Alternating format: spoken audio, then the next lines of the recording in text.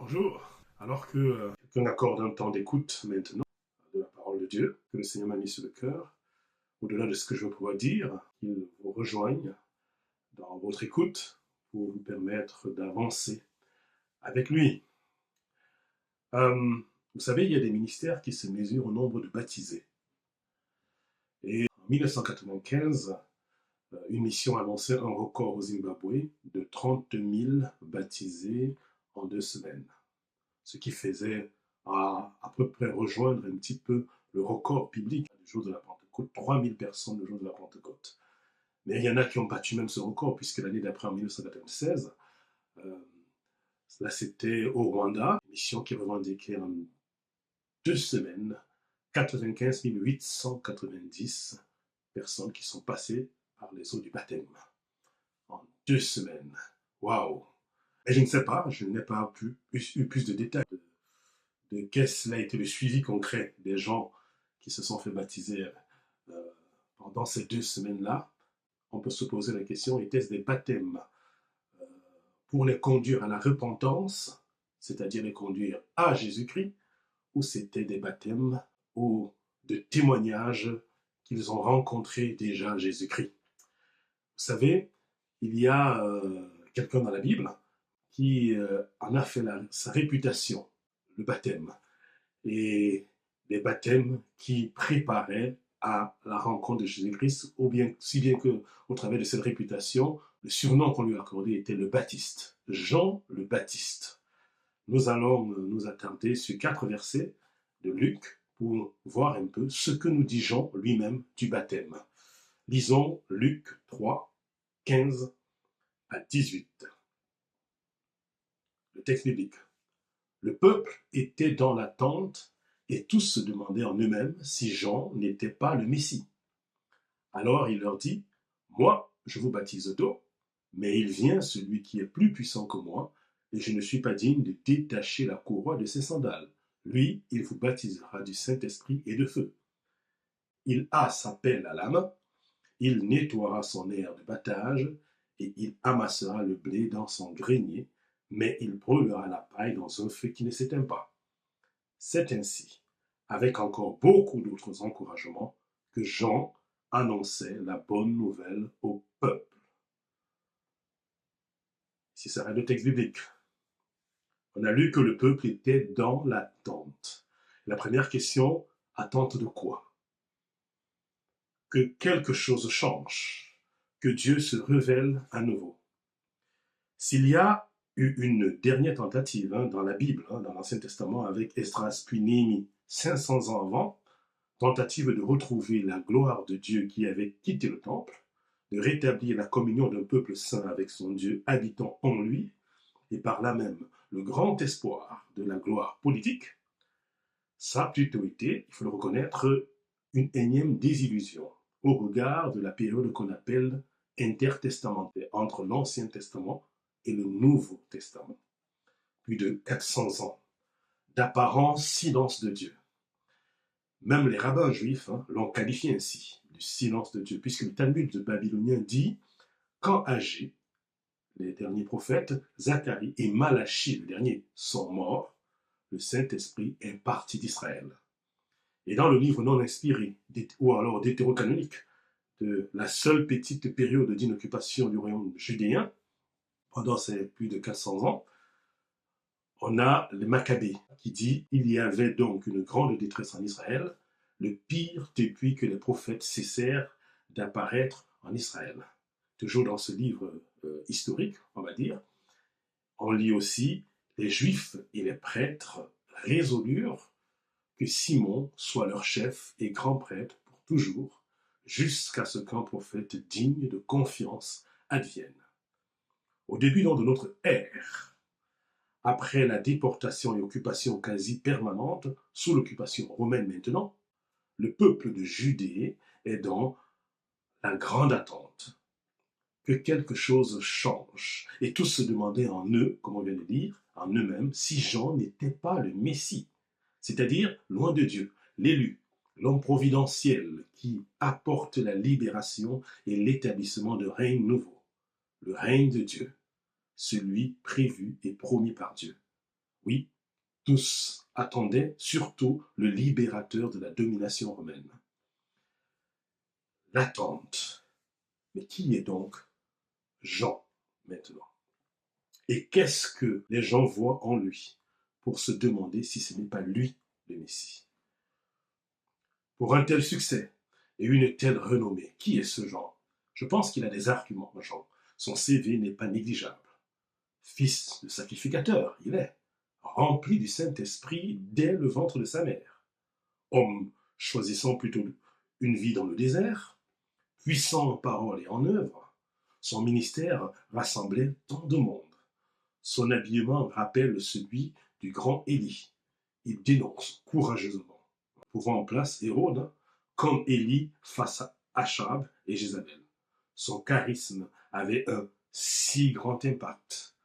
Jésus-Christ, même, dira de lui, je vous le dis, parmi ceux qui sont nés des femmes, aucun prophète n'est plus grand que Jean-Baptiste. Aucun n'est plus grand que Jean-Baptiste. Waouh!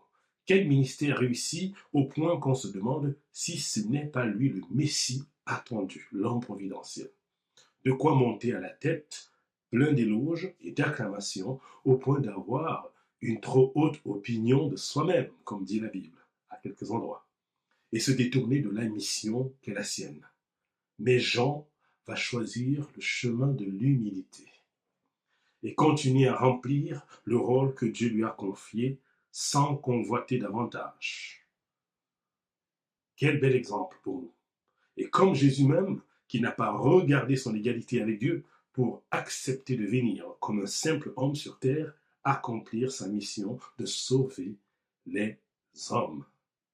Alors que dit Jean au verset 16, alors il leur dit, moi, je vous baptise d'eau, mais il vient celui qui est plus puissant que moi, et je ne suis pas digne de détacher la courroie de ses sandales. Lui, il vous baptisera du Saint-Esprit et de feu. On lui demande s'il n'est pas le Messie, et sa réponse parle de baptême, l'élément même qui fait sa réputation, Jean le Baptiste, l'élément qu'il utilise pour conduire à une comparaison. Mais avant d'entrer dans les subtilités théologiques existantes, il faut le reconnaître, des baptêmes évoqués ici, notons d'abord le plus important, encore avant les baptêmes, c'est la comparaison de ceux qui baptisent. On a donc Jean, d'une part, et on a d'autre part, dit-il, celui qui est plus puissant que moi, que Jean, je ne suis pas digne de détacher la courroie de ses sandales. Qui est celui-là?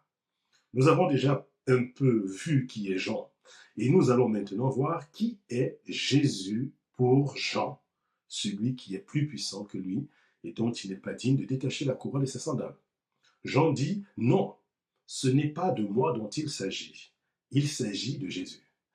Il ne profite pas des projecteurs braqués sur lui pour se réjouir, mais il tourne les projecteurs sur Jésus. C'est celui dont il s'agit, celui dont vous avez réellement besoin.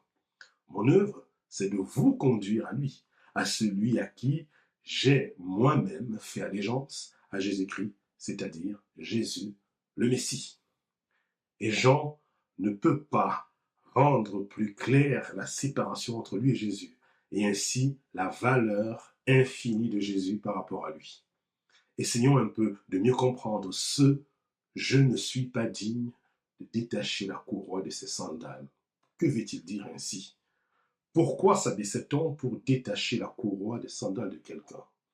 Pour laver ses pieds, après qu'il ait parcouru toutes les insalubrités au coin des chemins à l'extérieur. C'est un rituel de purification réservé aux esclaves païens. Ni un juif, ni un homme libre, encore moins un rabbi, un maître en Israël, ne pouvait l'accomplir sous peine de se souiller irrémédiablement. Donc un juif ne pouvait pas être obligé de se laver les pieds, et ni un juif de laver les pieds d'un autre juif.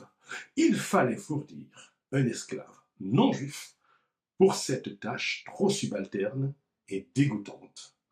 La parole de Jean est donc scandaleuse pour ses auditeurs et sans ambiguïté ce plus puissant vers qui se tourner.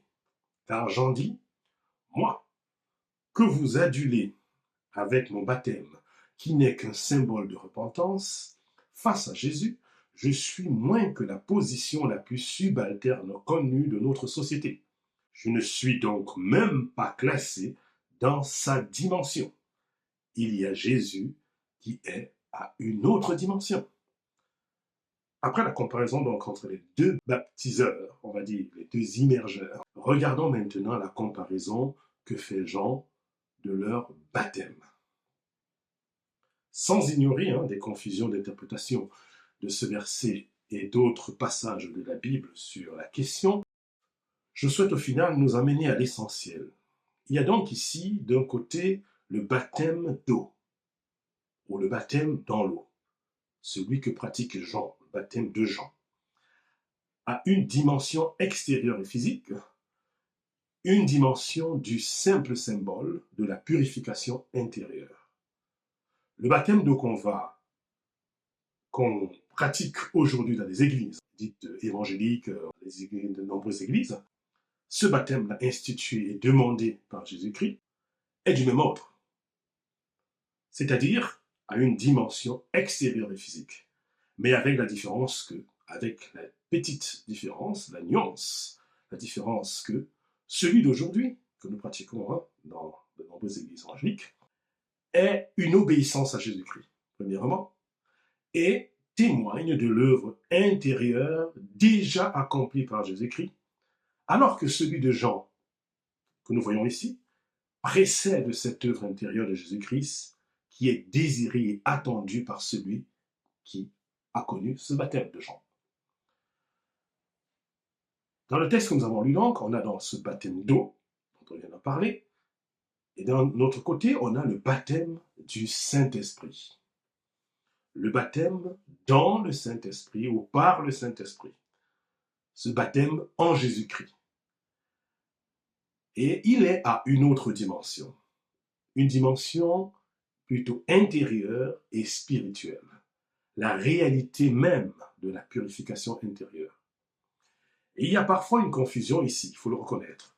Certains enseignent ce baptême du Saint-Esprit comme une seconde œuvre de grâce après la première œuvre de salut. Seconde œuvre souvent à rechercher et souvent prouvée par le don spirituel du parler en langue. C'est ce qu'on voit souvent dans certains enseignements. Mais, et heureusement, d'autres enseignent plutôt, ce avec quoi je suis d'accord, que le baptême du Saint-Esprit, dans le Saint-Esprit ou par le Saint-Esprit, est le baptême de Jésus-Christ, qui se produit donc à ta conversion à Jésus-Christ, mort à la croix pour tes péchés et ressuscité, pour ta marche avec lui en nouveauté de vie jusque dans la vie éternelle. À ce moment donc de ta conversion, de ton salut, le converti est pardonné de ses péchés, reçoit le Saint-Esprit qui le sanctifie, habite le croyant, lui donne le pouvoir de servir Dieu grâce à au moins un don spirituel, lui donne la capacité de comprendre les Écritures, le scelle ou le garde sauvé et en sécurité jusqu'au jour du retour de Jésus-Christ pour la vie éternelle. Et ainsi de suite, et ainsi de suite, et bien d'autres bénédictions encore que tu trouveras dans la parole de Dieu, en la lisant.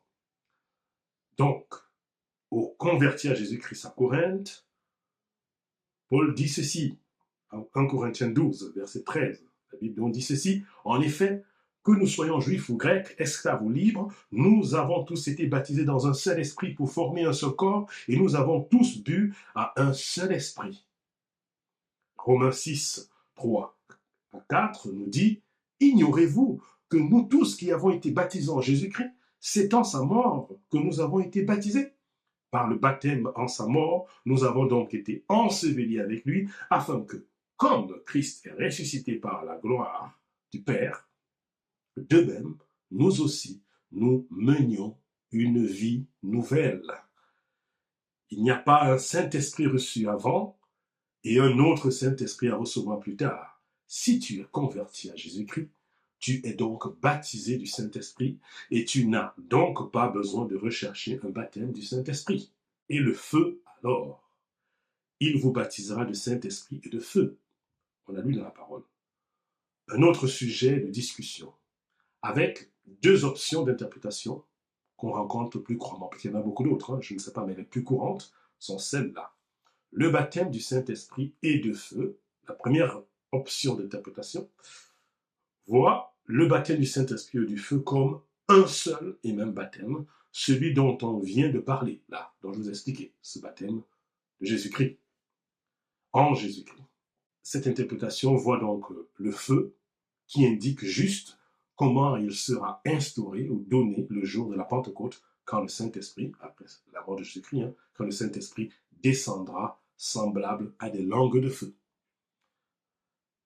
Il y a une deuxième option, celle que le texte, dont le texte semble prouver au travers de la suite de ce qu'elle va dire. Voilà.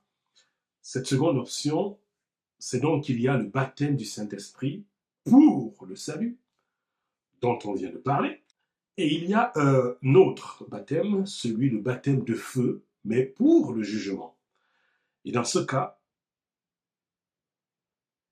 on ne va surtout pas, comme certains, demander et rechercher le baptême de feu, car il est terrible.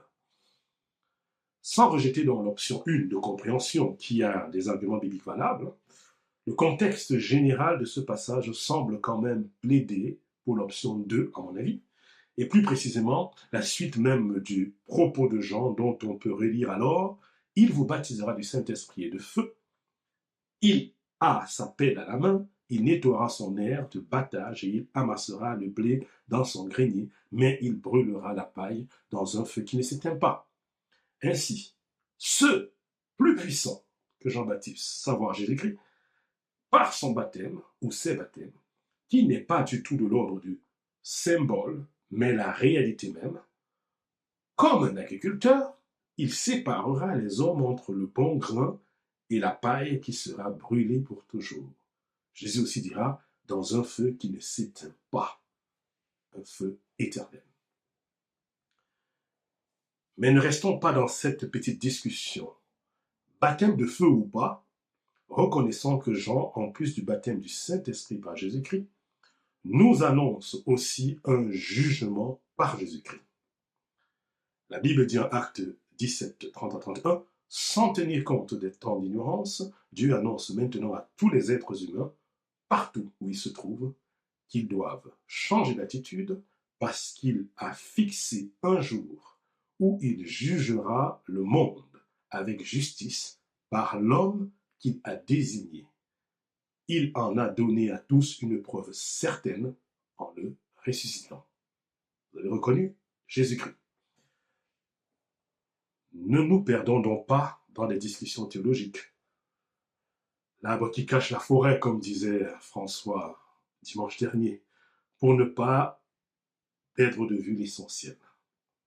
Quel est cet essentiel que nous avons déjà vu jusque-là? Que Jésus-Christ, Dieu puissant, est le seul dont le baptême du Saint-Esprit, baptême dans sa mort et sa résurrection, est intérieur, spirituel, aux conséquences éternelles. Que ce baptême du Saint-Esprit, disponible depuis la Pentecôte quand le Saint-Esprit a été donné, est donc disponible encore aujourd'hui pour tous ceux qui mettent en Jésus-Christ leur confiance, et ce, jusqu'à son retour, pour juger les vivants et les morts. Et c'est pour ça que Jean termine donc ainsi, au verset 18 que nous avons lu, c'est ainsi, avec encore beaucoup d'autres encouragements. La parole termine ici, c'est pas Jean, termine ici au verset 18. C'est ainsi, avec encore beaucoup d'autres encouragements, que Jean annonçait la bonne nouvelle au peuple. Que Jean annonçait la bonne nouvelle au peuple. Il parle de baptême, de différence entre les baptêmes, et on dit que c'est ainsi qu'il annonçait la bonne nouvelle au peuple. Quelle bonne nouvelle alors? La bonne nouvelle que s'il y a le jugement de Jésus-Christ, ce n'est pas pour maintenant. Ce sera à la seconde venue de Jésus-Christ. La bonne nouvelle, c'est que maintenant, nous sommes toujours dans le temps suivant la première venue de Jésus-Christ sur terre. C'est ce qu'on appelle le temps de la grâce, le temps du salut accessible, le temps du baptême dans le Saint-Esprit disponible. Et que devons-nous donc faire pour recevoir ce baptême pendant qu'il est disponible? Faire comme Jean-Baptiste, Donc, non seulement ce qu'il dit, mais ce qu'il fait. Le chemin de l'humilité, nous l'avons vu. Face à Jésus-Christ, je ne suis pas digne. Face à Jésus-Christ, je ne suis pas digne de détacher la courroie de ses sandales. Et c'est là le problème de l'humanité, de tout homme et femme. Qui est assis sur le trône de ta vie? Qui est assis sur le trône de ton cœur? Ce n'est peut-être pas un problème ou une question pour toi, mais c'est une question, c'est un problème pour Dieu, le Dieu puissant. Oui, c'est un problème pour le Dieu puissant. La Bible explique dans Romains 1 comment les humains, à cause du péché manifeste sous différentes formes, en public, en privé ou caché, sont inexcusables. On comprend alors qu'il peut se résumer au fait de s'octroyer à soi-même ou même à quelque chose d'autre le mérite qui revient à Dieu. C'est ne pas rendre gloire à Dieu qui le mérite parfaitement. Et il répète dans le premier chapitre de Romains, ils sont donc inexcusables. Ils sont donc inexcusables. Connaissez-vous l'histoire de Carla Faye Tucker, qui s'est fait appeler ensuite, après son mariage, Carla Faye Tucker Brown? Une jeune fille qui a 24 ans, à la pointe de sa jeunesse, où le monde lui est ouvert de possibilités, d'utilité, où la vigueur pousse à l'excellence pour un avenir radieux à saisir. À 24 ans, en 1983, elle est plutôt jugée et doublement condamnée à mort. Doublement condamnée à mort. Une condamnation qui, selon la loi du Texas, est bien méritée, puisque 9 mois avant, elle s'est attaquée, avec son complice dans sa déchéance d'alcool, de drogue et de médicaments, à un garagiste qu'elle tue à coups de pioche, puis rattrape la jeune femme cachée derrière le mur, qui a assisté apeurée au meurtre, et la tue aussi de coups de pioche en l'insultant. Son papa, et entraîné par sa maman, à 8 ans, elle avait commencé à fumer. À 10 ans, elle a son premier shoot à l'héroïne. À 14 ans, elle commence la prostitution. À 20 ans, elle est une pro de la drogue pour elle-même et pour les autres. Il n'y a pas d'ambiguïté pour nous de retrouver chez elle les manifestations du péché que cite Paul dans Romains 1, dans ses horreurs. Inexcusable, la conclusion. Durant le procès, elle déclare même avoir eu un orgasme chaque fois que sa hache a frappé le dos du garagiste, rapporte Wikipédia. Inexcusable. Et c'est ainsi qu'elle rentre dans le couloir de la mort, et ça durera 14 ans d'attente. De la gestion des exécutions, où et comment elle sera placée, quoi. Dans la continuité donc de sa déchéance en prison désormais, l'année suivante, un soir après l'office religieux, obligatoire, elle a volé une Bible, ce qu'elle sait bien faire, voler. Une Bible, elle l'a emportée dans sa cellule. Cachée dans un coin, elle a ouvert la Bible et a commencé à la lire. Elle dira de cette période elle-même, je ne sais pas combien de temps cela a duré, mais je me suis retrouvé à genoux sur le sol. Combien de temps a duré ma lecture de la parole de Dieu? Je me suis retrouvé à genoux sur le sol, pleurant et demandant à Dieu de me pardonner de tout ce que j'avais fait. J'avais assassiné sauvagement 2 personnes. Et à cause de moi, d'autres souffraient. Pourtant, Dieu me disait, je t'aime. Je réalisais que j'étais aimé, comme ça, tel que j'étais. Tout le poids de mes actes passés a fondu sur moi. À ce moment-là, Dieu a pénétré au plus profond de moi-même pour enlever les racines de ma violence et y habiter lui-même. Vous pourrez retrouver de nombreux livres sur l'histoire de Sarah Tucker. Après déjà 2 ans en prison, elle a donc commencé là une série de 12 années suivantes. Mais 12 années suivantes de vie transformée. Pour tous les témoins de sa nouvelle naissance, geôlier et prisonnier, elle était devenue un autre être, réellement touché par la grâce, disait-on d'elle. Une personne maintenant douce, aimable, partageant sa foi et son amour avec ses co-détenus. Cette nouvelle créature en prison, toute de douceur et de compassion, avait comme un visage d'ange, ce qui n'échappa pas à un jeune aumônier célibataire qui arrivait à cette prison de Huntsville, le pasteur d'Anna Brown. Leur mariage eut lieu le 24 juin 1995. Il se battit en vain pour sa libération avec une partie de l'Amérique et des nombreux appels dans le monde aussi. Au dernier recours, pour une libération, 15 minutes avant son exécution, le gouverneur du Texas d'alors, George Walter Bush, refusa de la gracier, inexcusable meurtrière. Et pourtant,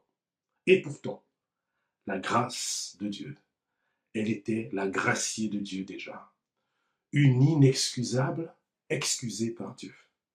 Avant de mourir, Carla fit promettre à son mari de ne pas être amère à l'égard du gouvernement. Puis, le bourreau de la prison, qui était le directeur de la prison, on va dire, lui a demandé de prononcer ses dernières paroles. Alors, elle a redemandé pardon aux parents de la victime de son double meurtre, puis elle a remercié ceux qui l'ont soutenue. Enfin, elle a dit « Je vous aime tous. Maintenant, je vais me retrouver face à face avec Jésus. » Le bourreau, directeur de la prison, qui avait été témoin de son changement radical depuis 12 ans, oui, seulement 12 ans finalement, écrasa une larme pendant qu'on lui injecta les 3 doses létales sur la table de mort. 7 minutes après, ce 3 février 1998, c'était fini le parcours sur cette terre éphémère de la jeune inexcusable, excusée par Dieu. Baptisée dans le Saint-Esprit lors de sa conversion à Jésus-Christ, c'est-à-dire pardonné, sanctifié et glorifié pour l'éternité avec son Seigneur. Je suis aussi un inexcusable, et tu es aussi un inexcusable. Mais nous tous, avons-nous été excusés par Dieu? Moi oui. Te reconnais-tu un inexcusable comme le déclare la Bible? Jésus-Christ veut te sauver pour que tu sois baptisé dans le Saint-Esprit. Tu peux donc te rapprocher de lui et apprendre à le connaître.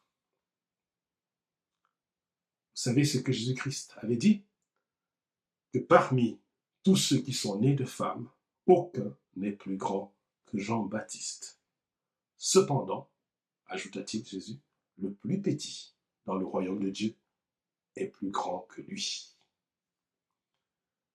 Que le Seigneur bénisse en vous l'écoute de sa parole. Amen.